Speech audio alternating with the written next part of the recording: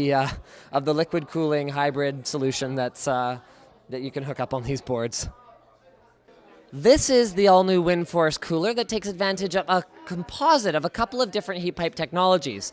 So it has like a textured inside as well as micro grooves that allow it to more easily take the cooled liquid and then move it back to the GPU where it needs to be heated up and then evaporated again. I mean, that's the basic principle of how heat pipes work.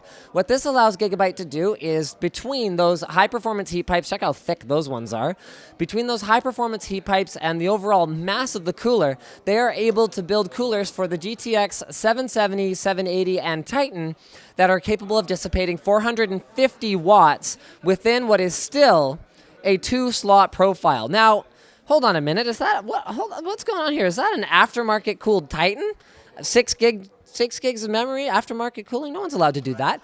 Gigabyte is going to be releasing this as a bundle. So you'll actually get it with a stock Titan cooler on it, instructions, and a Windforce cooler so that you can swap out the cooler on your own, giving you the advantages that come with better GPU cooling, particularly with GPU Boost 2.0. Now, GPU Boost 2.0 allows you to not only set up your overclocking profiles by power as well as by clock speed and voltage, but also by temperature. So when you have a lower temperature on your card, you are going to actually legitimately get better performance, whether you're a hardcore overclocker or not, which hasn't been true necessarily with other graphics cards in the past. Now they've got a practical demonstration of this, which I thought was pretty cool.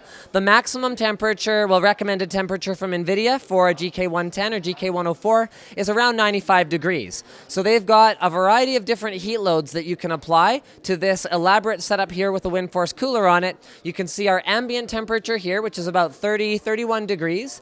You can see the heat load being applied to the Windforce cooler, and then you can see right here the temperature that it maintains the card at. So the TDPs of these cards are only actually 250 watts, but even applying in excess of 400 watts to this cooler, we are not breaking. The highest we've seen it is around 80 degrees and change, a little above that, and that's in 31 degree ambience.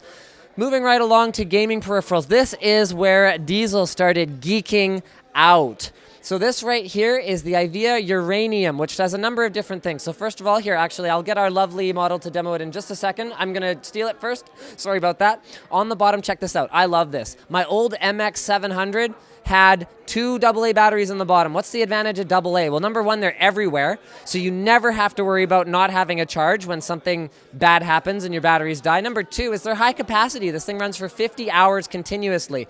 So if you actually manage to run out of battery life with this mouse in between charges, then you probably should go to sleep anyhow. But that's not it. So it's wireless, but I would love for you to come in here, and demo what is special about this particular wireless implementation. So how do you charge it?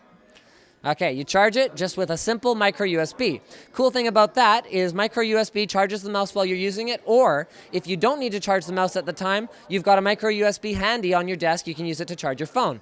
Next up, okay, so the wireless implementation. In the past, wireless mice have had problems with not necessarily with, left click doesn't register or whatever else like that, but particularly with the execution of macros. So instead of putting the macro memory onto the mouse, which by the way is also one fewer thing to power on the mouse, so that's where you get that extended battery life, macro memory has now been integrated here. So show me how you can switch between the variety of different profiles that can be stored on the base station. Another advantage of the base station, while you guys watch the interface here, is the fact that it sits very close to the mouse as opposed to being plugged into the front of your tower or into the back of your case, meaning that it's less likely to have any interference, and because it's closer, you're going to have faster data transmission. It uses a 6500 DPI twin-eye laser sensor, and you can set up, I believe it's up to 5 profiles. Is that correct?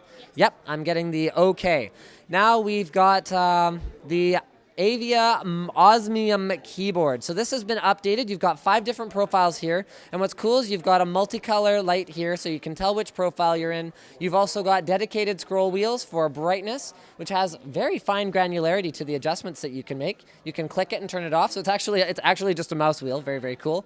As well as a volume wheel, media keys that are accessible with a functionality, and Check this out. We are not limited to just one key switch type anymore. These are Cherry MX Browns. If you guys have been watching Linus Tech Tips a long time, you'll know these are my personal favorite key switches. So I am more than thrilled to see that being applied to Gigabyte's keyboard lineup.